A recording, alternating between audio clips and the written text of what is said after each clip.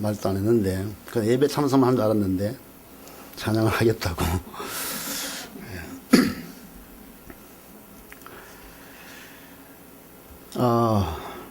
여러분들이 기도해 주는 덕분으로 이렇게 내 생전 처음으로 아프리카 발을 디뎠고, 그 많은 아프리카 가운데서 나이지리아라는 곳에 이렇게 선교, 단기 선교를 갔다 왔습니다. 혼자 가면 참 얼마나 외롭겠습니까? 그런데 여러분들이 이렇게 기도를 해주시고, 먼저 우리 정 목사님이 또 두 차례 또 나이지리아 땅을 밟아서 선교하셨고, 그러다 보니까 선교 시스템이 갖춰져서 저 혼자만이 아니라 현지인 두 분 목사님이 공항에서 저를 맞이했고, 함께 동행할 때 참 얼마나 마음이 뿌듯하던지. 그래서 참 기도의 힘이 참 중요하고 시스템이 얼마나 중요한지 저는 전혀 외롭지 않았어요. 왜냐하면 저는 이렇게 배려해주는 그런 은혜 속에서 교회를 방문할 때 조셉 목사님이 한국에서 그래도 4년 정도 있었기 때문에 한국을 너무 잘 알아요. 그래서 늘 이렇게 메시지를 할 때 먼저 소개를 아주 잘해줘가지고 그 소개해준 그 흐름 속에 제가 또 메시지를 하고 나면 또 조셉 목사가 또 현지인들을 위해서 또 이렇게 더 보충 설명해주고, 한 번씩 너무 지나쳐서 내가 또 주의를 좀 줬죠. 이 아프리카 사람 특유의 열정은요, 이 메시지를 완전히 까먹게 할 만큼 힘이 있어요. 저는 조용히 메시지를 했는데 이 흐름을 이렇게 잘 해야 되는데, 성령님도 받다가 또 막 감정이 은혜 받았는지 저희가 예수는 그리스도라고 또 막 열심히 하니까 제가 속으로 좀 극성이 되는 거예요. 그래 살짝 흘러가지고 It's useful or unusefulness. 그게 도움이 될 수도 있고 도움이 안 될 수도 있다.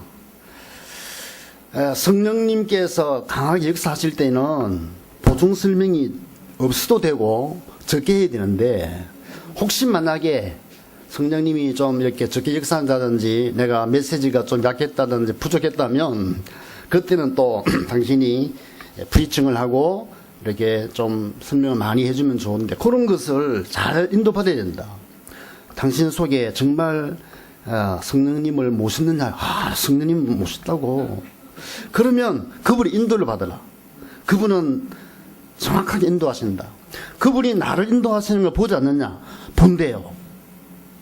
패스터 박을 인도하시는 그 하나님의 손길을 너무 느낀대요. 그러면 당신도 그분의 인도를 받아라. 그때부터 확실히 좀 콤비가 맞더라고요. 이런 부분 하나하나가 얼마나 하나님의 준비하심이 완벽했는지 저는 성령의 자유로움에 맡기면서 그냥 말씀을 그냥 전거했거든요. 교회가 얼마나 많은지 몰라요. 교회가 거기가 기독교 국가 비슷하기 때문에 동네마다 교회가 있는 게 아니라 아예 뭐 동네에 교회가 우리 같으면 구역예배처럼 교회가 많아요. 주일날 예배 마치니까 들어가는데 벌써 다른 교회가 있어. 마치고 나오는데 또 막 성령 들어가는데 보니 옆에 교회들이 많아요. 이렇게 참 좋은 거는 예배 드리고 생활화된 거는 참 좋은데, 동네가 시끄러워 죽겠어. 휴가 특히 금요일 저녁 되면 얼마나 놀고 춤추고 파티하고 집집마다 전축 틀어놓고 막 떠들고요. 그런데 교회까지도 떠드는 거야 보니까. 문화가 그래요. 막 떠드는데 교회만큼은 조용히 했으면 좋겠는데 교회만큼도 막 떠들어.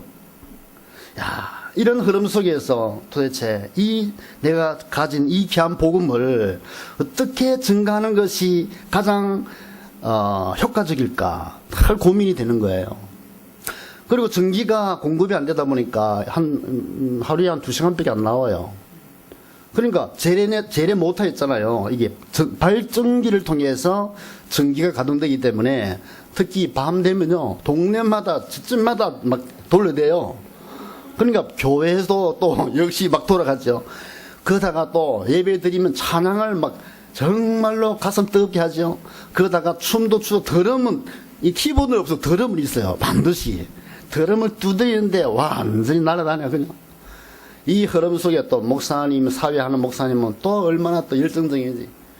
그 별로 좋지 않은 마이크 입이 대고요. 굉장히 막 고함을 질러요, 그냥 막. Say amen, say hallelujah. 그러면 막, amen, hallelujah. Praise the Lord. 하고 막 이렇게 막 찬양하라 막 이 나오면 정말. 온 동네가 교인들이 따라 고함 질러요. 고함 질러야 은혜 되는가 봐, 이 사람들은. 이 흐름 속에서 조용히 메시지를 해야 되는데 마이크 상황이 전부 다 노래방에서 하는 그런 마이크 수준이에요. 막 에코가 울리고 막 울리고 이러니까. 그래서 제가 에코를 줄여봤더니 또 안 되는 게 그 집 구조가 방음이 안 돼요. 그러다 보니까 울릴 수밖에 없는 그런 흐름 속에 하나님 앞에 한 번, 두 번은 그렇게 하다가 도저히 이렇게 해서는 안 되겠다 싶어서. 왜냐하면 저는 한 번 왔다가 언제 올지 모르잖아요. 저는 또 선교사잖아요. 그 교회에 있는 목사님 같으면 늘 메시지를 해야 되지만 저는 한 번 왔다가 짧은 시간 동안에 제가 갖고 있는 이 복음을 완벽하게 증거하고 그들 속에 뭔가 심어져야 되는데 방해가 100% 완전 방해 요소예요. 그래서 이 나의 지라가 이런 흐름 속에서 기독교가 우리나라처럼 60%가 된다 할지라도 영향력은 없는 거예요. 전혀 영적인 힘이 없어요. 이래 가지고는 이 나라가 도통 변화될 수 없는 거죠. 전 세계에 고물차는 그 다 모아놨어요. 쓰레기장이 얼마나 많은지요. 눈에 보여요. 옛날에 우리 난지도 쓰레기장 있잖아요. 그런 것처럼 쓰레기장이요. 창문 열면 냄새가 막 흘러나와요. 도통 어떻게 해결점이 없습니다. 그리고 국민들이 관심이 없어요. 아무데나 쓰레기 버려주고 아무데나 오줌을 사고요. 나라 법으로 대제할 수가 없어요. 그러니 이 국민들의 정서가 수준이 낮을 수밖에 없잖아요. 이런 흐름 속에는요, 복음이 들어갈 수가 없습니다. 그런데 세상 사람들은 어떻게 못한다 할지라도 교회만큼은 떠드는 지금 정말로 객관적으로 보면 슬퍼해야 될 국민들이 슬퍼하지 않고 그저 즐겁고 떠들고 노는 그런 분위기가 교회 내에도 그 흐름으로서 못 벗어나는 거예요. 이게 이제 그 사람들의 문화인데, 문화 속에 잡히면 항상 실패해요. 문화를 제대로 볼 수 있는 객관적인 생각을 가져야 되는데, 문화 속에 너무 젖어버리니까 자기가 뭐가 잘못됐는지, 국가가 뭐가 문제인지, 왜 이런지를 도저히 생각 못 하는 거예요. 그런데 교회 안에, 많은 교회 가운데 하나님이 저에게 허락하신 7교회 속에서 15분의 메시지를 하는 가운데서 하나님이 원하시는 메시지는 바로 사도행전에 예수님의 제자들이 했던 그 메시지거든요. 이 메시지의 흐름만 들어가면 어떤 나라든 어떤 국가든 어떤 상황이든 변화되고 흑암에 꺾이고 하나님의 생명의 빛이 들어갑니다. 나는 그걸 믿기 때문에 이 나라가 살 길은 이 복음밖에 없는데, 자기들이 하는 여러 가지 설교의 복음이 아니고 자기들이 편리한 여러 가지 각종 각색의 그 설교가 아니고 방송을 틀고 TV를 틀면 기독교에서 나오는 일반적인 그런 설교가 아니라 예수님의 제자들이 그 환난과 핍박 속에서도 끊임없이 증거할 수밖에 없는 그 메시지가 바로 여기에 흘러와야 되는 거예요. 이 일을 위해 하나님 나를 보내셨는데 모든 환경은 이 메시지를 방해할 수밖에 없는 이 흐름입니다. 그래서 비상수단을 썼어요. 마이크를 꺼버리고, 마이크를 끄는 게 이해가 안 되는가 봐요. 왜냐? 마이크를 써야 되거든. 분위기를 띄워야 되거든요. 메시지 하기 전에 1시간 동안에 얼마나 노래를 부르는 춤을 추는지 나는 내가 볼 때 무당 같아, 무당. 그냥 부르는 게 아니라 그냥 이래 불러.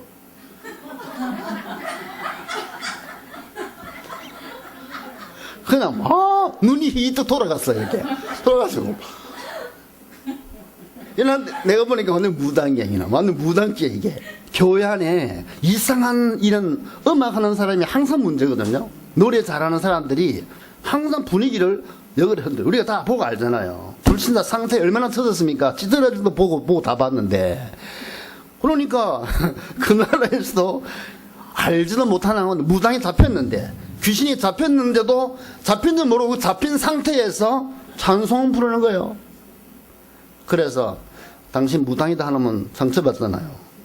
당신 마귀에 잡혔다 하면 안 되잖아요. 그토록 칭찬했죠. 노래 너무 어린다고, 너무 잘한다고.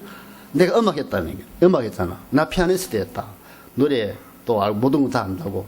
그래서 그러는 가운데 메시지가 너무 중요하고, 여러분 말씀을 들어야 되기 때문에 이 말씀을 방해하는 이 마이크는 당신 찬양할 때는 쓰고, 제가 가고 나면 쓰고, 저는 마이크 꺼야 되겠다. 다 껐어요. 한 30명 모이는데, 어떤 데 많이 모이지만 내가 가는 데는 이제 30명 모인 그런 곳인데, 성가대에서 다 불러 앞으로 당겼어요. 성가대에서 다 오라고. 순종은 잘하더만요. 목사님들도 다 왔어요. 한 3, 40명 됐을까요? 그래도 성가대 안에는 꽉 차요. 딱 알맞아. 그래갖고 마이크 딱 끄고 그들과 눈이 마주치면서 이 복음을 전했거든요. 이 복음을 전하니까 자기들도 신기한가 봐요. 훨씬 효과 좋거든. 마이크로 해보니까 자기도 잠이 와. 울리니까. 그런데요, 딱 앞에서 눈과 눈이 마주치니까 잠도 못 자고, 눈이 마주치니까 정신이 바짝 들고, 특히 그 음악 노래 부르는 사람들이요, 이 사람들 말씀만 전하면 자거든.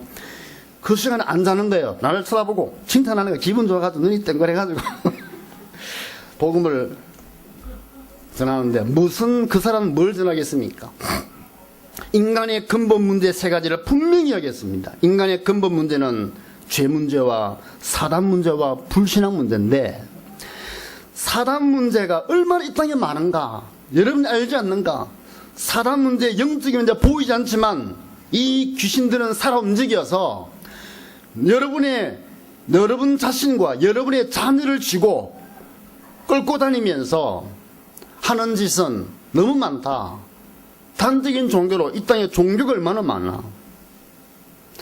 세상 사람들은 전부 다 이게 잡혀있다 이거 말이야. 이 잡힌 상태에서 빠져나올 수 있는 길은 유일한 한 가지. 그리고 죄와 저주가 이 땅에 얼마나 많은가. 죄 문제를 하나로 말하지만 성경은 모든 사람이 죄를 범하였으나 하나님의 영광에 이르지 못한다고 단적으로 선포하고 있는데, 이 죄의 뿌리로 말미암아 흘러나오는 저주와 고통과 괴로움은 얼마나 많은지 여러분들이 느끼지 않는가 말이죠. 이 나이지라에 흘러오는 그 엄청난 저주의 흐름을 당신은 아는가? 이 엄청난 저주가 살아있다. 지금 살아 역사하고 있다. 지금 당신 속에, 당신 가정 속에 끊임없이 역사하고 있는데, 이 저주 덩어리를 어떻게 끊을 수 있는가 말이에요. 이 근본 문제. 그리고 하나님을 떠나서 우상은 그렇게 잘 섬겨도, 보이는 우상은 잘 섬겨도 보이지 않는 하나님을 섬기지 못하는 인간의 그 불신앙 덩어리, 늘 자기 위주로 신앙생활하려고 그러고 자기 이해되는 범위 내에서 하나님을 믿으려고 그러지, 자기를 뛰어넘어 보이지 않는 창조주 하나님을 제대로 알고 믿을 수 있는 구조가 있단 말이야. 인간 체질을 아는가? 그래서 메시지마다 Who am I? 내가 누구냐? 라고 하는 캐스막을 던지면서 여러분 자신을 오늘 너무 제대로 생각해야 된다. 당신이 누군지 아느냐? 인간은 하나님으로부터 하나님의 형상으로 지음받은, 창조의 영이 있는 하나님의 형상으로 지음받은 존재인데, 하나님의 형상으로 지음받은 존재는 하나님 이외에는 답이 없다 이거죠. 그런데 하나님을 떠났지 않는가? 하나님을 떠나니까 죄에 빠질 수밖에 없고 사단에 붙잡힌 현 상태를 보지 않는가? 이것이 여러분의 개인의 문제가 아니고 여러분 국가의 문제다. 국가의 문제. 내가 예실히 이야기했어요. 똑같은 60%, 한국도 60%다. 나아지는 60%. 뭐가 다른가? 한국은 세계 강국으로 50년만 일었었고 당신은 그대로 있고 무슨 차이인가? 차이점이 하나 있다면 그 하나라고 생각하는데 우리 한국 국민들은 복음을 받고 이 복음 때문에 가족도 부리고 이 복음 때문에 가정도 부리고 생명까지 부리면서 순교자를 쏟으면서 이 복음을 지켰다. 우리 조상들이 그랬고 5천년 동안 우상을 숨겼던 우리 민족들이 한 많고 괴로움 많은 그 흐름 속에서 강대국에 그렇게 많이 시달리는 약함 속에서 어느 날 이 복음을 받았는데 이 복음 받은 소수의 목사님들, 이 복음 받은 한 가정의 사람이 이것 때문에 희생했는데 이 희생한 그 바탕 속에서 이 말씀 따라갔는데 이 복음 따라갔고 그리고 30년 전에 초대교회 운동이 한국 교회에서 일어났는데 이 다락방 운동이고 이 복음 받은 이 흐름 속에 한국이 세계 강국이 되었다. 차이점이 바로 그거 아닌가? 그 복음이 뭐냐 이 말이죠. 지금 이야기하는 이 복음, 예수님의 제자들이 제자들에게 물려줬던 그 복음, 예수님의 제자들이 그 환난과 핍박 속에서도 끊임없이 말했던 그 복음이 뭐냐? 당신들은 예수 그리스도라는 이름은 알지만 그 이름은 알지만 그 내용은 모르지 않는가?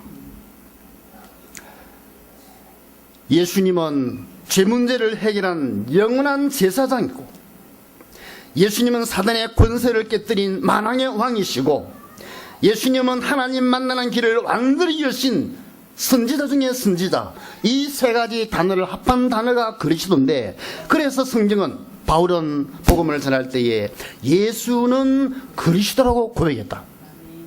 예수가 그리스도임을 깨달으면 깨달을수록 바로 이 흑암은 꺾어지고 이 구원의 축복을 누리게 된다. 그러면서 이 복음을 계속 강조를 해서요. 오늘 읽은 본문 말씀에도 사도들은 그 이름을 위하여 능력 받는 일에 합당한다고 여기심을 기뻐하면서 공의 앞을 떠나리라. 그들이 날마다 성전에 있든지 집에 있든지 예수는 그리스도라고 가르치기와 전도하기를 그치지 아니하니라. Day after day in the temple court and from house to house, they never stopped testifying, proclaiming the good news that Jesus is the Christ. Jesus is the Christ. 그들이 이렇게 강조하고 또 강조한 이유가 뭔지 아느냐? 그 안에 생명이 있고 그 안에 능력이 있고 그 안에 하나님의 답이 있기 때문에 그런 반복할 수밖에 없다. 답이 없다면 왜 강조합니까? 답이 없으면 여러 가지로 듣기 좋은 다른 이야기를 해야지. 세상 모든 진리는 답이 없기 때문에 계속 반복할 수 없고 자꾸 다른 말을 해야 돼요. 새로운 걸 해야 돼요. 그러나 우리에게는 생명이 있기 때문에 이 생명은 반복이 아니라 그 반복하면 할수록 그 속에서 그리스도의 생명이 흘러나오고 그 말씀 속에서만이 흑암이 꺾이게 되고 그 말씀만이 저주가 떠나고 그 말씀만이 하나님 만나는 길이 열린다. 그러면서 예수만이 그리스도라고. 예수 그리스도는 당신은 이름이고 예수만이 그리스도고 그들이 이 말씀을 받은 사람이기 때문에 증인이기 때문에 증거할 수밖에 없다. 나는 이 복음을 받은 사람이기 때문에 이 복음을 또 강조할 수밖에 없다. 나만 그러면 되는가 말이죠. 그 많은 교회 가운데 여러분의 교회가 바로 이 복음을 받았다면 이 복음을 강단에서 계속 증거되지 않는 왜? 생명이니까 능력이니까 이 복음이 증거될 때에 사람들이 살아나고 성령님이 이 교회에서 이 말씀의 생수가 흘러나올 때에 이 생수가 흘러서 온 세상을 이렇게 하게 하지 않느냐 말이에요. 그거를 믿는다면, 하나님의 역사를 진정 믿는다면, 예수가 그리스도라는 이 복음의 생명이 흘러갈 때에 많은 사람이 산다는 것을 믿는다면 이 교회에서 이 사명을 감당해야 된다. 그리고 또 여러분 가정에서 이 복음 받았다면 이 복음을 가정에서 증거하는 것을 다락방이라 하는데 이게 얼마나 축복이냐 말이죠. 강단에서는 이렇게 설교를 했지만 목사님들에게는 약간 이렇게 군민하는 식으로 그 이야기하니까 다 공감을 해요.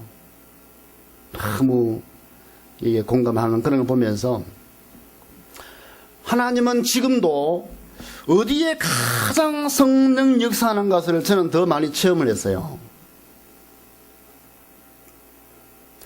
메시지 하다 보니까 이 인간적인 생각이 싹 드는 거예요. 제가 인간적인 생각이 들어서 이제 이 예수가 그리스도임을 말하는 것을 몇 번 반복했으니까 특히 나를 따라다니는 조세 목사와 사면 목사도 좀 보이고 해서 약간 바꿔야 되겠다 싶었는데 정확하게 성령님의 역사가 중단되어 버렸어요.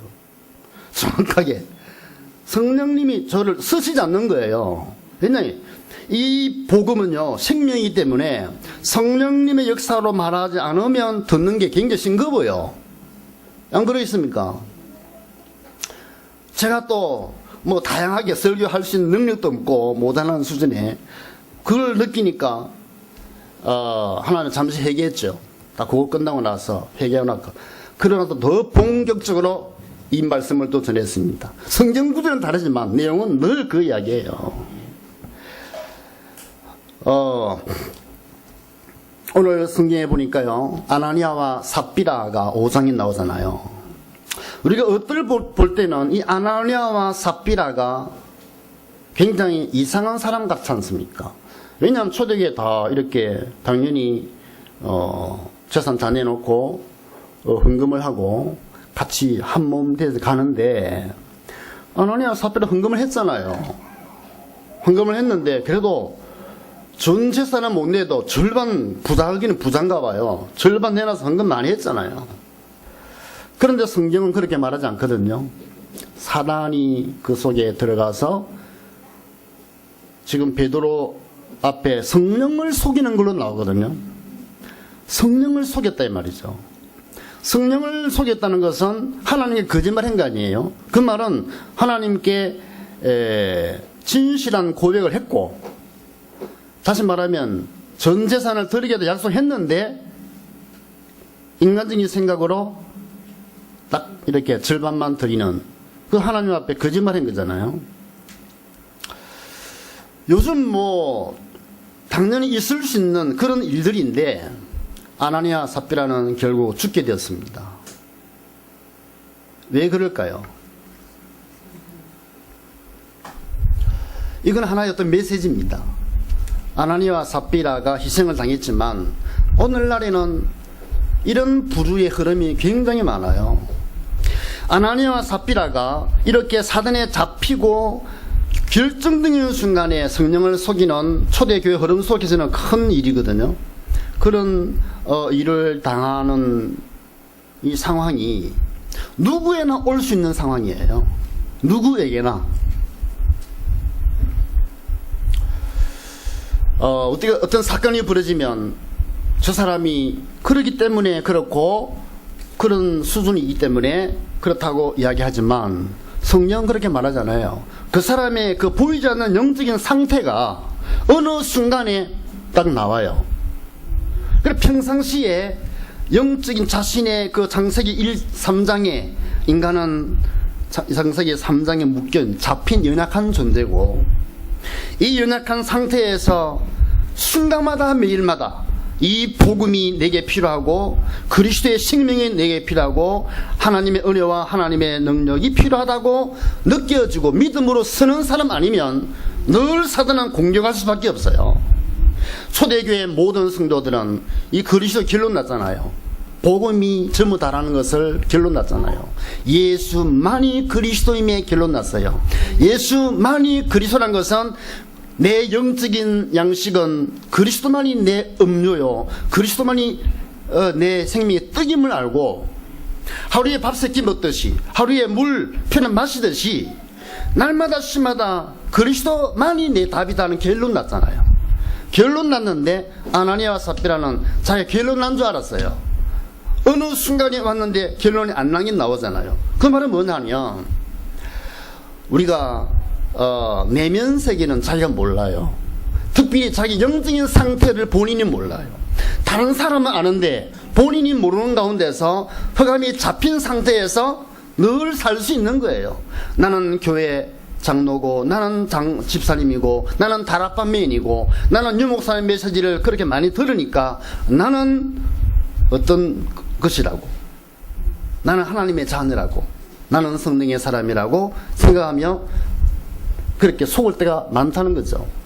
그런데 나는 속아도 하나님은 안 속아요. 사단은 알아요. 내 영적인 상태를 알기 때문에 이 복음의 기초가 튼튼하지 않고 베드로처럼 주는 그리스도라고 살아계신 하나님의 아들임을 고백해줄 때에 예수님 이 반석 위에 내가 내 교회를 세우겠다는 것은 뭐냐니까, 하나님의 역사하는 기본이 뭐냐니까, 그 인생에 있어서 이 복음이라는 반석이 얼마나 든든히 섰느냐에 따라서 하나님이 축복하기도 하고요, 때로는 사단이 왔다가 도망가기도 하고 사단이 얕보 건드릴 수 있는 거예요.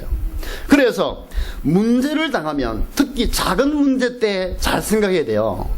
많은 사람은요 작은 문제를 스쳐 지나가거든요. 근데 그 작은 문제 속에 딱 답이 나와요. 그때에 생각을 해야 됩니다. 내가 누구냐, 내가 어떤 존재냐 말이죠.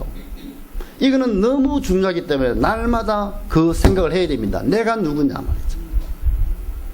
쉽게 말하면 내가 과연 천국에 구원받은 사람이 맞느냐, 내가 지금 죽으면 과연 하나님을 배울 수 있을까?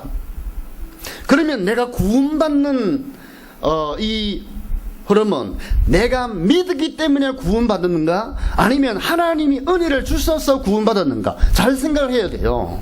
대부분 우리 체질은 종교 체질입니다.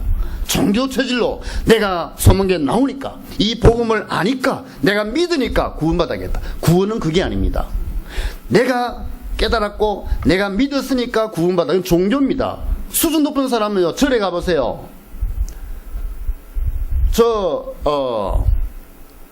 용산에 가면 대웅정 있잖아요. 대원정.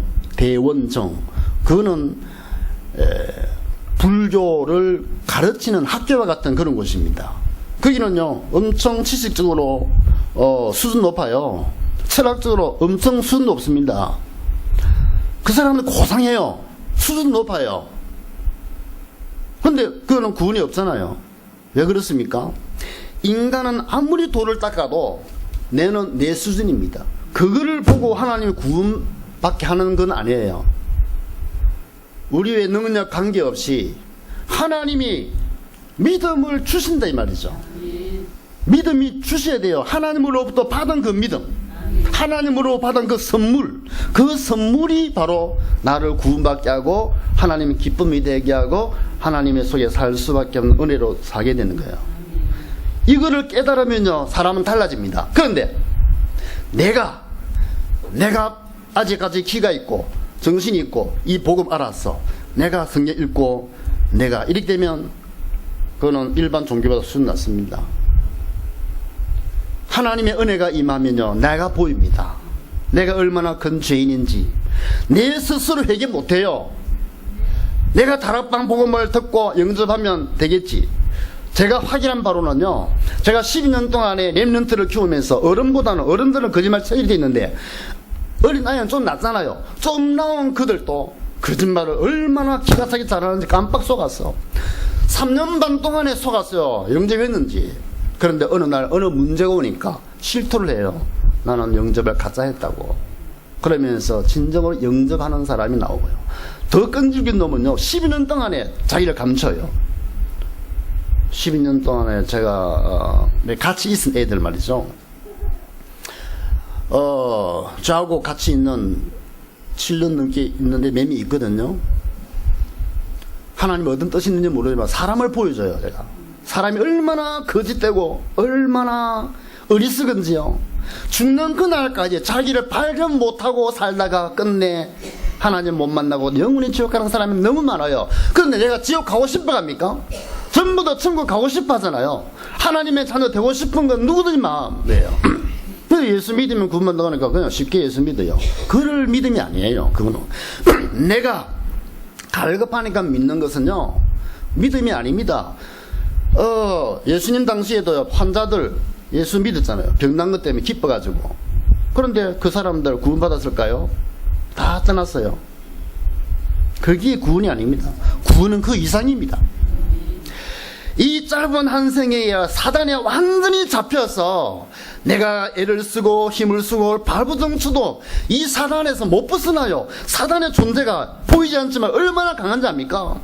인간의 운명을 한번 지면요 죽는 지옥 가는 그날까지 못 빠져나와요. 인간은 발부정쳐도 안 되는 게 허감이 영적인 존재입니다. 이게 이 사단이 얼마나 강한지.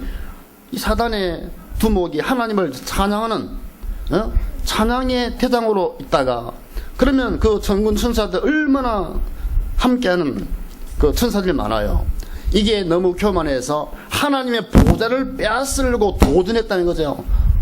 도전했다는 힘이 강력한 거예요. 하나님을 도전할 만큼 어떤 힘이 있다는 거거든요. 그런데 아무리 힘이 있어도 피조물이잖아요. 창조주 하나님 앞에 보좌에서 쫓겨났는데 쫓겨날 때 3분의 1이 땅에 떨어졌다 그래요. 그 귀신이잖아요. 이것이 떨어져서 강력한 힘을 가지고 인간을 넘어뜨렸어요. 성공했어요. 아담 하와가 사단에 잡혀버렸습니다.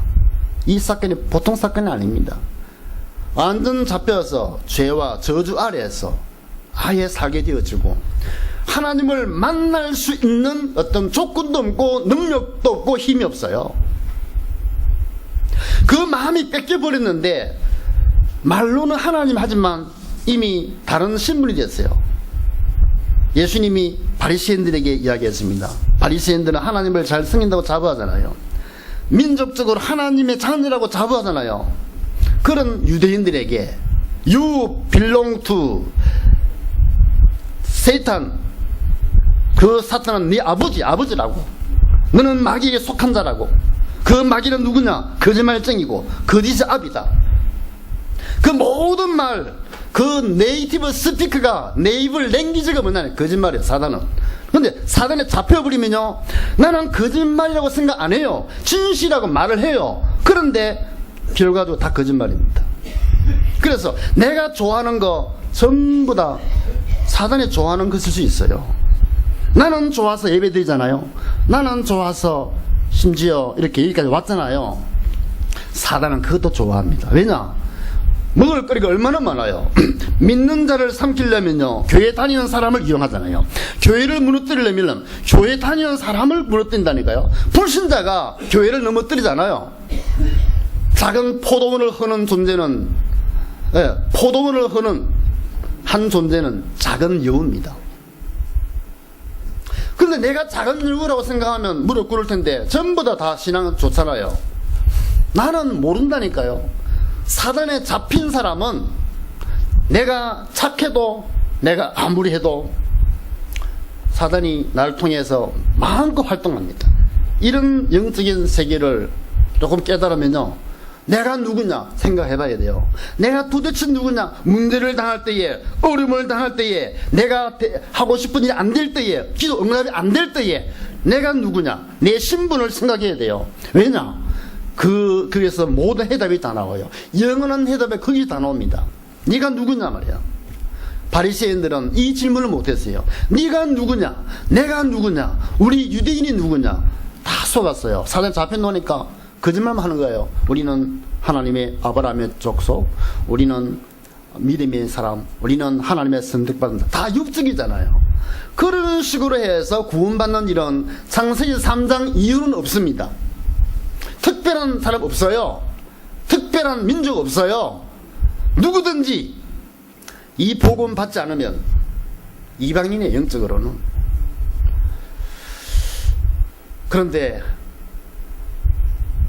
어느 순간에 말씀 듣다가 어느 순간에 집회 참석하다가 아니 주일날에 목사님이 메시지 전하는데 그 메시지 속에 성령님 역사하니까요. 내가 누구를 깨달아지는 거예요. 내가 죄인 중에 그 말로 표현할 수 있는 죄인이 맞구나. 나는 그리스도 외에는 답이 없구나. 내가 사단에게 이렇게 완전 쏘갔구나. 내가 저주에 빠져 있구나. 내가 사단에 잡혀 있구나. 내 몸 자체 체질이 불신앙 체질이구나. 이것을 깨닫는 순간 어디로 갈까요? 십자가에서 다 이루었다 하신 그 복음 속으로 들어갈 수밖에 없어요. 그래서 예수님이 오셔야 되고 예수님이 십자가 위에서 죽으셔야 되구나. 죽음으로 끝나면 좋은 사람에는 되지만 그리스도 못 되기 때문에 사망의 권세를 깨뜨리고 부활하셔서 살아나셨어요. 살아나셨기 때문에 지금도 성령으로 우리의 문을 늘 두들기십니다. 네가 누구냐? 네가 누구냐? 때로는 강하게 말씀하시고요, 때로는 속삭임에 말씀하시고 네가 누구냐? 어려움을 당할 때 하나님의 음성이에요. 그때 십자가 앞에 무릎 꿇고 주님, 나는 죄인입니다. 나는 주님 십자가 부활이 아니면 나는 살아날 수 없습니다. 그래서 진정 고백이 나옵니다. 그때서 비로소 주여 나에게 믿음을 주옵소서. 내 힘으로 내 스스로 믿음으로 만들어진 게 아니기 때문에 내가 만들어진 그 믿음으로서는 하나님의 기쁨이 될 수 없고 하나님의 의가 될 수 없기 때문에 진정한 고백이 나옵니다. 나는 죄인입니다. 하나님 나에게 믿음을 주소서. 그러면서 영접 기도를 하게 돼요. 영접 기도를 하면 그 내용이 뭐냐? 믿음을 달라는 그 의미도 있고, 또 믿음 받은 사람은요, 여기에서 또 믿음이 퐁퐁 솟잖아요. 하나님의 은혜가 임하기 때문에 그 출출하기 때문에 영접 기도를 또 하게 되는, 제가 경우가 그래요. 저는 오기 전에 또 역시 영접 기도를 했습니다. 제가 만든 영접 기도는 우리 아내가 저에게 선물로 준 거거든요. 왜냐? 내 체질을 너무 잘 알아. 결혼하기 전에는 전 착한 줄 알았거든요. 괜찮은 사람인 줄 알았어요. 그래서 상당히 교만해가지고 별로 다른 사람한테 잘 보이려고 생각도 안 하고 그냥 내 마음대로 살았는데, 결혼해서 보니까 제 정체가 자꾸 드러나잖아요. 그러다 보니까 마누라가 이야기할 때 그렇다고 인정하면 다 끝났는데 모르니까 자꾸 니 왜 그러는 식으로 화가 나고 화를 내고 그러는 가운데 여러 가지 조금씩 깨달아지면서 하나님 앞에 계속 기도를 하게 되어졌어요. 다락방에 들어와서 이렇게 말씀을 받아 보니까 말씀이 내 말씀이 맞아요. 예수가 그리스도 맞고 그 말씀에 부닥치었었어요. 그 말씀을 받을 때마다 내 말씀이고 나는 다락방 잘 왔고 이 말씀밖에 없다라고 믿어주고 깨달아지는데, 그런데 죽는 순간마다 내 본론이 나오는데 그 본론은 내가 아니에요. 잡힌 내가 나와요. 또 이게 이해가 안 되잖아요. 하나님이 창세기 3장은 자꾸 깨달아 알게 하시면서 나에게 답을 주신 게 뭐냐니까 다른 길은 없다. 그러면서 집사람이 말씀 듣다가 이렇게 영접 기도를 적어서 줄 때, 처음 볼 때 무슨 영접 기도냐, 또 해야 돼, 또 해야 돼. 그런데 정말로 그것이 하나님 주신 답이었더라고요. 다른 길이 없으니까. 평탄한 길로 살아온 사람 같은 모르겠어요. 저 같은 경우에는 겉으로는 평탄한데 그 내면 내 저의 세계는 다 말을 못해요. 얼마나 험난한 길을 걸어왔는지. 영적인 그 험난한 길은 하나님만 아실 거예요. 하나님 왜 이렇게 나를 인도하셨을까? 바로 이때를 위해서. 왜냐? 전부 다 거짓으로 속으니까 한 사람이라도 이 거짓의 그 정체를 드러내야 될 것 아니에요. 사단의 뒤통수를 쳐야 될 거 아니에요. 사단에 속고 있는데 전부 다 몰라요. 사람들이 사단이 얼마나 강조하고 얼마나 완벽하고 얼마나 완벽한 죽는 그날까지 거짓말하다가 죽기 전에 살짝 전시로 돌아왔다가 구원받을 사람은 예수 영접하고 구원받지 못할 사람 입 다물고 가버려요. 이렇게 완벽하다니까요. 그러면 구원받았다면, 평생 속았다면 천국 상관 없을 거 아니에요. 얼마나 억울합니까? 구원받은 기적이지만 그래서 돼서 안 되거든요. 지금 말씀 듣는 가운데 내가 누구임을 진짜 제대로 깨닫고, 주님 내가 정말 죄인이라고 입에 발린 게 아니라 가슴 속에서, 사울이라는 사람이요, 평생 나는 하나님 앞에 열심히 특심 있던 사람인데요, 자신은 몰랐어. 그런데 다메섹 도상의 기독교 신자들을 다 죽여야 되는 것이 하나님의 뜻인 줄 알고 완벽한 믿음으로 갔잖아요. 인간적인 완벽한 믿음으로 가는데 도중에 부활하신 그리스도의 강력한 빛 앞에서 사울아 사울아, 그 음성 앞에 당신은 누굽니까? 네가 핍박하는 그 나사렛 시골 동네 네가 무시하는 나사렛 예수니라. 그 말 한마디에 뭘 느꼈겠어요? 우리 온 민족이 그토록 기다리던 그 메시아가 우리 민족들은 아직 기다리고 있는데, 나도 그럴 뻔했는데 바로 내가 그렇게 무시하던 그분이 알고 보니까 성경에 예언된 그 그리스도였어요. 충격이 얼마나 컸던지 그 앞에서 인생이 완전히 무릎 꿇을 수밖에 없어요. 내가 얼마나 죄인인지, 얼마나 표현이 안 되잖아요. 표현이 안 되는 그 마음을 갖고 그리스도에 무릎 꿇은 겁니다. 그게 바로 믿음이에요. 인생을 두고 고백이 나는 죄인입니다. 그게 고백이지. 누가 예수 영접하라고 하니까 나는 죄인입니다.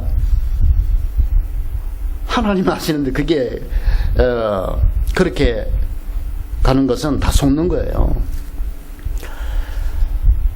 3일 동안에 왜 눈을 감게 했을까요? 캄캄한 가운데서 그 마음속에 생각되어진 인생이 확 스쳐 지나가겠죠. 자기 인생이 확 스쳐 지나가면서 내가 인생 동안 도대체 뭐 했나 이 말이에요. 내가 한 평생 동안에 도대체 뭘 했기에 이랬나. 그 순간에 뭐가 생각날까요? 소문으로 듣던 그 나사렛 예수, 막 들리던 그 이상한 소리, 그리고 예수님의 그 제자들, 바리새인 수준에 못 들어가는 그 무식한 어부 세계, 그런 것들이 따라다니면서 제자라고 하니까 얼마나 무시했던 그런 것이 다 떠오르면서 스데반을 죽일 때 가평투표라고 증인이 됐던 그 끔찍한 그 사건 앞에 그리스도를 증거하는 그 스데반, 얼굴이 천사 같은 그 스데반,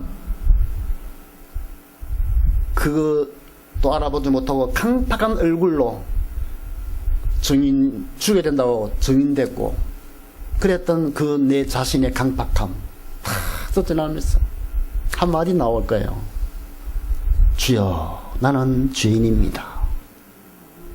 너무 큰 충격에 눈물이 안 나와요. 온몸이 눈물이 안 나올 만큼 메말라질 정도로 너무 인생이 쪼그라들어버린 자신을 보면서 나는 주여 죄인입니다. 그 부활하신 그리스도, 그 밝은 빛 앞에 내 실체의 모습을 감출 수가 없잖아요. 그 3일 금식하면서 뭐만 생각했을까요? 예수가 그리스도구나. 예수만이 그리스도구나. 성경에 그토록 예언됐던 그분이 바로 나를 찾아오셨구나. 나는 그리스도의 증인이 되어야 되구나. 나는 그리스도의 정의로 살 수밖에 없구나. 이것이 내 사명이고 이것이 내 살 길이구나. 이것이 내가 살아가는 유일한 길이구나. 답을 다 얻는 순간입니다. 그래서 아나니아 기도를 갖고 눈이 열렸잖아요. 성경에 보면요, 나와서 회당에서 예수가 그리스도임을 밝히 증거했다. 회당에서. 그 회당에는 이 복음 말하면 죽인다든지 체포되는 그 현장인데도 바울은 그 회당에서 구약 성경을 읽고 그 성경의 주인 되신 분은 바로 메시아 그리스도, 그분이 바로 나사렛에서 오셨고 베들레헴에서 태어나셨고 나사렛에 자라고 갈릴리에서 활동하신 바로 너희들이 아는, 우리가 십자가에 못 박아 죽인 그분이 바로 예수다. 그분이 바로 그리스도다. 그러면서 예수가 그리스도라고 밝히 증거했어요. 그 말을 받을 때요, 말씀 받은 사람 속에 성령이 있어버렸어요. 말씀 못 받은 사람은요, 사단이 당연히 강파하게 하겠죠. 그래서요, 성경을 모르고 그냥 다락방 복음을 자꾸 받으면요, 허해집니다. 왜냐? 성경의 그 맥 흐름 속에서 예수가 그리스도에 밝혀져야 되지, 인간의 설명으로 자꾸 그리스도가 밝혀지면요, 이게 허해져요. 왜냐? 그 내면 속에는 어떤 증명이 안 되거든요. 제가 15년 전에 캐나다 밴쿠버에 한 3개월 산 적이 있어요. 선교사, 원래 제가 캐나다 밴쿠버 선교사로 제가 파송받았기 때문에 그때 저 친구 목사님이 이 캐나다의 유대인 가운데서 기독교로 개종한 분들이 뭐 예배를 드린다더라고요. 그래서 기가 솔깃해가지고 제가 거기에 갔습니다. 한 20명, 15명에 20명이 있어요. 교회당도 아니고 한 가정에서 모이는데 그 중에 예배 인도하는 분이 랍비라 하더라고요. 랍비가 그것도 토요일날 예배 드려요. 그냥 전통 그대로. 근데 토요일 예배 드리는데 성경에 보면 해 뜰 때부터 해 질 때까지 라고 당연히 나오잖아요. 그들이 안식일에 지키는 그게 바로 10시부터 오후 5시까지 예배를 드려요. 저는 다 참석 못하고 점심 한 2시쯤까지 있다가 나오거든요. 그 예배를 참석하면서 그들이 하는 게 바로 그거예요. 구약 성경 이사야를 읽고요. 신약 성경에서 성취된 그리스도를 이야기하고, 그리고 구약 성경 읽고 여기에 성취된 신약 성경 말씀이 있고, 이렇게 왔다 갔다 하면서 한 시간에서 성경을 읽어요. 야, 참 그게 바로 유대인들이 그런 거거든요. 바로 바울이 유대 해당에서 바로 그걸 한 거예요. 구약 성경 읽고 이분이 바로 우리가 기다리던 그리스도다 라고 설명하고, 또 이 성경 읽고 이런 식으로 해서 하는 게 유대인의 관습인데, 유대인들 아직도 예수님을 그리스도 인정 안 해요. 아직까지 메시아를 기다리거든요. 그런데 그 가운데에서도 바로 2000년 전에 오신 그분이 성경에 예언된 그리스도임을 믿고 받아들이는 유대인들이 모여서 예배를 드리는 모습을 보면서 많은 생각을 했습니다. 그분들은요, 성경을 구약성경 읽고 늘 이렇게 증명에 들어가요. 읽고 이분이 왔다 갔다 하는데 성령 역사들 아닌가요? 마음에 속으로 그렇구나, 예수가 그리스도구나, 성경이 증명하는 거예요. 이 성경이 증명하는 그 말씀 속에서 깨달아져야 그게 바로 하나님의 성령 역사함으로 믿음에 힘을 주는 거예요. 성경을 근거로 해야 돼요. 그런데 또 감사한 게 뭐냐니까, 미리암이 참 기뻐서 이렇게 요단강을 홍경을 건너서 미리암과 그 일행들이 막 하나 찬양했잖아요. 이분들이 그렇게 찬양하더라고요. 야마 한 우리나라 돈으로 20만 원 되는 그거 별거 아는 거요. 그거 가지고 연주를 해요. 잘하지도 못해요. 그런데 여자분들이 이 텀브림 이 들고요, 이렇게 하면서 막 노래를 부르는데 1시간 동안에 끊임없이 노래를 불러요. 얼마나 그 가식이 없더라니까요. 그냥 순수하게 내가 봐도 하나님을 진짜 사랑하는구나, 그걸 느껴졌어요. 가식이 없어요. 내가 민망할 정도로. 우리는 조금 약간 민망하잖아요. 따라하려니까 서머해가지고 어떻게 해야 되나 싶어가지고. 여러분, 이분은 그게 없어요. 그냥 하나님을 사랑하는 것 마음에, 다윗이 하나님을 사랑하니까 막 찬양할 때 옷이 벗겨지도 모를 정도로 막 춤을 춘 거예요. 그 어린아이처럼 순수한 그 깊은 곳에서 찬양이 나. 왜 그럴까요? 그분들 속에 하나님이 주신 그 믿음이 있어요. 하나님을 사랑할 수밖에 없는 배경이 있어요. 하나님밖에 없다는 그 마음에서 우러나오는데 표현할 게 하나밖에 없어요. 오직 안식일을 기다려요. 안식일을 기다려서 10시부터 5시까지 계속 말씀 읽고 찬양하고, 식사도 이 예배 속에 포함되어 있는데 식사도 떡을 떼면서 이 떡은 예수님의 살이라고, 잔을 마시면서 이 포도주는 주님의 피라고, 먹으면서도 복음인 거죠. 다른 말 절대로 안 해요. 말씀 받은 그거 포럼을 하지 다른 이야기를 절대 안 합니다. 그러니까 그 안식일 날에요, 완전히 말씀과 복음에 푹 젖어버려요. 복음이 없는 거기는 율법으로 듣지만 이 복음 깨달은 분들은 아주 이게 그게 바로 삶의 원동력이다 이 말이죠. 오늘 우리가 얼마나 속는지 몰라요. 주일날 예배 건성을 하잖아요. 일주일 내내 흑암에 속아서 살다가, 영적인 힘없이 살다가 교회 와가지고도 그 상태로 와서 하나님께 제대로 된 믿음 고백 제대로 못하고 성령의 체험도 못하고 관습에 살다가 그렇게 사는 경우가 너무 많아요. 사단의 소원입니다. 오늘 여러분들 주일만 되면 사단의 뒤통수를 쳐야 돼요. 나를 얕보던 그 사단이요, 주일을 예배 드리는 도중에 사단에 떠날 수밖에 없는 말씀 속에 들어가 버려야 돼요.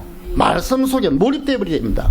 주님, 찬양할 때도 그 짧은 찬양이지만요, 그 찬양이 그냥 내 하나님을 향하는 그 마음. 오늘 내 찬양 들으니까 참 은혜돼요. 화하면 안 되더라니까. 그런데도 더 은혜돼, 이상하게. 여기가 찬양이 참 은혜돼요. 왜냐? 왜 그렇습니까? 그를 뛰어넘는 영적인 어떤 흐름이 있잖아요. 소망교회 무시하면 안 됩니다. 내가 볼 때는 우리 서울에서 최고 멋있는 교회입니다. 왜 멋있는 교회냐? 저를 초청해서 이렇게 말씀 전하게 하고 말이죠. 그리고 저를 알고 파송하는 교회는 보통 교회가 아닙니다. 제가 본 하는 게 수준이 너무 낮아요. 왜냐? 눈이 안 열려가지고 시대주인종을 못 알아보는 거야. 제가 스스로 자랑하는 건 아니고요. 정말로 여러분들 한 사람을 통해서 하시는 하나님의 계획을 봐야 돼요. 예수님을 누가 알아봤습니까? 하나님이 불러오는, 하나님이 부르는 자만 알아봤어요.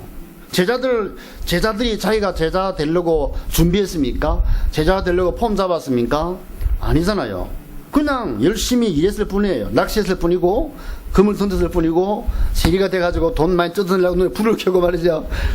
어떻게 하면 돈 많이 벌어서 가족도 먹이고, 절반 나눠서 그 로마에 바치고, 자기 챙기고, 장사꾼이잖아요. 똑같은 장사꾼이었어요. 똑같은 사람인데, 주님이 불러주시니까 끌려서 온 게 제자입니다.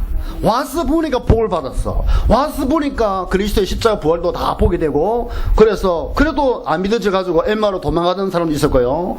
그 인간이거든. 예수님이 부활했는데 보는데도 의심하는 도마도 있었고, 사람은 수준이 그거밖에 안 된다니까요. 높은 것도 아니에요. 그런데 예수님은 말씀하셨습니다. 오직 성령이 너희에 임하시면 너희가 권능을 받고 예루살렘과 온 유다와 사마리아와 땅끝 이르러 증인이 되리라. 세계복음은 누가 하죠? 세계복음은 누가 하죠? 보니까 속으로 내가 하지. 내가 그래도 성령 충만한데, 능력 받았는데 내가 하지. 속은 겁니다. 사도행전의 역사는 성령님이 주체입니다. 성령님의 의지와 성령님의 지식과 성령님의 결단으로 복음을 하겠다라고 결단한 하나님의 의지입니다. 그래서 불러낸 그들에게 성령이 임하셨고, 성령 받은 그들이 갈 때마다 성령님께서 하시는 말씀을 전했는데 듣는 사람에게 허감이 꺾이고 복음 받게 됐죠. 그러니까 사도행전은 성령 행전인데 사도들을 통해서 성령님이 역사한 기록입니다. 그래서 여러분, 성령 인도를 받으려면 평상시에 작은 것에 소홀히 하지 마십시오. 왜냐? 하나님이 우리와 함께 하시면 그 작은 것 하나에도 하나님이 세미의 인도를 하시기 때문에 이유가 있어요. 그럴 때마다 한번 내가 누구냐? 왜 하나님이 이런 사건을 허락하셨을까? 저는 그전에는요, 사건 하면 화를 냈다니까요. 문제만 생기면 화가 나더라니까. 이상하게도 내가 착한데도 문제만 생기면 왜 얘가 화가 나는지 모르겠어요. 이상한 화가 나. 왜냐? 내 생각도 안 되니까 화가 나잖아요.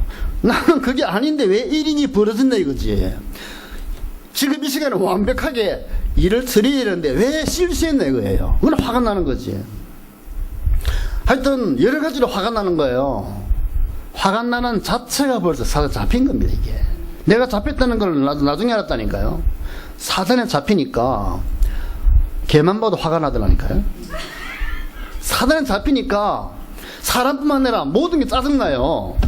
우리 집에 그 쪼매난 발발이가 아니고 그 뭐라 그러죠? 애완견 그 종을 하얀 거 있잖아요. 쪼매난 거. 말티즈. 야, 말티즈인데 말티즈가 무슨 죄가 있어요. 귀엽고 예쁜데 어떤 사람은 말티즈 키운다고 내가 한번 중얼거리더라고요. 아니 보고 다락방맨 목사님 무슨 말티즈를 키우냐고. 참 모르는 소리입니다 여러분들. 예, 사람이 모르는 거요. 애완견이 다 알아요. 때로는 애완견 앞에 내 영적 상태가 돌출되더라니까. 짐승이 아니에요. 신명기에 보니까 복 받으니까요. 짐승도 복 받는다니까. 우양과 새끼 다 복 받는데, 짐승을 무시하는 거, 그게 들어가 보면요, 뭔가 다른 게 있어요, 여기에. 여러분들, 프란시스 성자, 이야기 들어보셨죠? 그 사람 정말로 영적인 세계에 들어간 사람이고, 성령인 사람이거든요. 짐승도 미워하지 못할 만큼 성령이 잡히면요, 모든 게 감사해요. 나무를 봐도요, 신기합니다. 풀을 봐도요, 저 풀이 그 시간마다 자라난 게 신기하고요. 짐승을 보면 그 많은 짐승 가운데, 와일드한 짐승 많은데, 이 짐승이 어떻게 선택받아가지고 내 집에 사냐? 귀엽다. 존경스럽고 귀하고요. 마음이 그게 정상이라네요. 그죠? 그게 정상이잖아요. 이 새끼 이거 탁 잡으니까, 아이씨, 이게 뭐냐? 세상의 모든 것을 하나 작은 것이 아니라 그 개인의 영적인 상태가 나오기 때문에 여기에 예민하면 영적 관리에 굉장히 하나님이 기뻐하셔요. 정말 하나님을 사랑하면요, 하나님의 그 손길이 예민하게 돼 있어요. 내가 마귀에 잡혔잖아요. 마귀에 잡혀 있으면 그 마귀에 좋아하는 그게 얼마나 예민한지 몰라. 아이들한테 복음을 그렇게 설명했거든요. 나중에 발견된 게요, 얘들이 복음을 사랑하지 않아요. 하나님을 사랑한 것이 아니고 죄를 사랑하더라니까요. 나는 죄를 사랑한다 말은 안 해요. 들어가면 타락을 사랑해요. 온 몸을 불태워서 타락하고 싶은 마음이 간절한데, 어쩌다가 선교사 만나서 이 복음 듣는 거라. 그것도 반복해 듣는 거야. 미치겠어. 표현을 해야 돼. 한국에서는 부모를 잘 속였고, 한국에서는 선생님 잘 속였고, 한국에서는 친구도 잘 속였는데, 내 그 점에 잘 통했는데, 여기서는 안 통해. 그러다 보니까 고차원적인 수들을 쓰는데, 신앙 있는 척, 복음 받은 척, 예수 믿는 척, 이렇게 합니다. 끝까지 갑니다. 죽는 그날까지요. 그렇게 갑니다. 그게 본인이 그렇게 하겠습니까? 체질이 나온다니까요. 그런 아이가 어느 날에 성령님이 임하면 무릎을 꿇어요. 나는 죄인이라고. 아이는 눈물 흘리면서. 그런 아이가 많지 않아요. 항상 군중 속에 하나씩 나온다니까요. 이게 하나님의 역사예요. 내가 누구냐? 여러분들, 어떤 사건 속에 작은 거기에도 조금 이제 생각을 돌리십시오. 돌리시고, 내가 누구냐? 내가 하나님의 자녀 맞는가? 그러면 하나님의 자녀 맞다면 주님과 한번 대화를 해보세요. 대화를 하면, 대화가 별거 있습니까? 사건마다 하나님 허락하셨으니까 왜 이 사건이 생겼을까? 하나님, 왜 이런 일이 생겼을까요? 무슨 뜻이 있을까요? 하나님, 이렇게 중얼거려 보는 거예요. 이름 중에 최고 이름은 하나님 아니에요? 이름 중에 최고 이름은 예수 그리스도 아닙니까? 그 이름을 이렇게 늘, 너무 귀한 이름은 발설하면 안 돼요. 미쳤다 그럽니다. 너무 귀한 이름은 아무데나 기차역에서 열차에서 예수 그리스도 하면요, 너무 귀한 이름인데 가치를 떨어뜨리는 미친 사람이에요. 너무 귀한 이름이기 때문에 절대 말하면 안 돼요. 내 안에서 기도할 때마다 주님, 하나님은 내 아버지, 예수님은 나의 그리스도, 성령님. 그리고 영적 기도 최고라니까요. 나중에 읽으면서 기도하기도 마무리하겠습니다. 성적 기도 읽고요. 또 읽고, 현장에서 선교 나지라 갔을 때 며칠 좀 지났을까요? 잠을 자는데 느끼거든요. 성령의 사람은요, 그를 예민합니다. 잠이 딱 깼어요. 잠을 깨니까 이 마음이 굉장히 이게 복잡해지는 거예요. 이 복잡해지면 벌써 이게 장난하는 거거든요. 그래서 그때는 뭐 합니까? 귀신아 떠나가라. 그럴 필요 없어요. 그거는 사단과 친구들이, 내가 수준이 귀신과 그렇게 할 이 수준입니까? 하나님 자녀인데 내가 사단과 그렇게 타협하면서 이야기해야 돼요. 내 입에서 사단이 나와야 됩니까? 그런 수준 아니잖아요. 하나님 자녀는 그럴 필요 없어요. 무시해버려야 돼요. 장난하구나. 그래서 휴대폰 끄집어내고 읽었어요. 읽었는데 한번 읽으니까 10분 읽고요, 15번 읽고 읽었습니다. 왜냐? 복음 속에, 말씀 속에 주님께 맡게 되니까, 그러니까 어느 때가 되니까 이 사단이 꺾였다는 확신이 오더라고요. 편안하게 몇 시간 더 잤습니다. 역시 그날의 성령님이 그렇게 역사하시더라고요. 신기한 거는요, 딱 전화가 왔어요. 집사람한테. 이사를 했는지 뭐 바빴는지 손에 비었다는 거예요. 손에 실수해가지고 유리에 팍 비었다는 거예요. 피가 좀 흘렸대요. 시간 딱 계산해 보니까요, 기도가 끝나는 순간에 일이 벌어진 거예요. 무슨 말입니까? 이제는 나는 못 건드리고 뭐라도 하나 건드려야 되는데 집사람을 건드린 거지. 이 신기하지 않아요? 시간은 정확합니다. 이게 웃을 일이 아니라 사단은요, 뭘 하나 못하면요 항상 뭐라도 건드려야 돼. 예를 들면 뭐 난 못 먹으면 죄나 뿌리자. 그런데 강하게 못해요. 꺾였기 때문에 살짝 그것만 건드려. 지금도 감고 있는데 뺐는지 모르겠는데 그러니까요, 이 사단의 존재를 알아야 돼요. 사단의 존재를 얼마나 강조하고 얼마나 거짓말쟁이인지 때로는 막 겁을 줘요. 강한 모습으로 겁을 줘요. 때로는요 붕 뜨게 만들어 교만하게 만들어놔요. 조금만 일어나고 큰 것처럼 막 날아다녀요. 날아다닐 것도 없고 기어다닐 것도 없고 우리는 예수는 그리스도, 예수는 그리스도. 복음을 알고 고백하면 능력이 돼요. 복음을 모르고 그냥 예수는 그리스도, 그 사람에게는 능력이 안 됩니다. 그런데 이 복음을 누리고 깨닫고 사모를 하고 또 이 목사님 메시지를 들으면 은혜 받고 강단에서 또 은혜 받고 그런 사람이 문제를 당했을 때, 어려움 당했을 때 고백은 하나밖에 없어요. 예수는 그리스도. 이 사건에도 예수는 그리스도, 예수만이 그리스도. 예수님은 지금도 그리스도로 나에게 왕으로, 제사장으로, 선지자로 나에게 역사하신다 라고 믿는 순간에 모든 문제는요 끝나고 답이 됩니다. 그래서 저는 마지막 결론으로 하나님 앞에 영접기도 고백을 하고 여러분들의 마음속으로 그냥 같이 하시면 됩니다. 기도하겠습니다. 사랑하시는 하나님, 저는 그동안 하나님을 잘 모르고 살아왔습니다. 예수님이 그리스도이신지도 잘 모르고 살아왔습니다. 성령님을 오해하며 거역하며 내 마음과 내 뜻대로 살아왔습니다.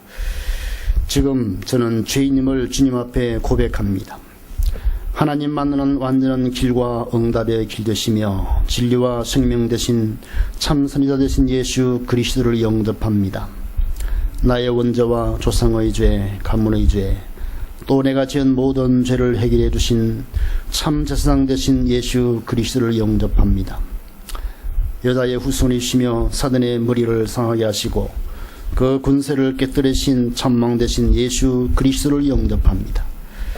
주는 그리스도시요 살아계신 하나님의 아들이심을 믿습니다. 이 시간 살아계신 예수님을 나의 구주, 나의 하나님으로 영접합니다. 성령으로 충만히 임재하여 주옵소서. 현장마다 사도행전 1장, 이사야 60장, 시편 91편, 마태복음 28장, 로마서 16장의 말씀이 현장에서 성취되게 하여 주옵소서. 천을 건드리고 만을 건드릴 제자들을 찾고 세우게 하옵소서. 살아계신 예수 그리스도의 이름으로 기도드립니다. 아멘. 기도문은 조금씩 바뀔 수 있습니다. 항상 기본은 같지만 하나님 주시는 은혜 그때마다 조금 바꾸지만 근본 맥은 같거든요. 이 맥 흐름을 같이 유지하면서 이렇게 요약된 기도하는데 2분밖에 안 걸려요. 여러분들 생각해 보세요.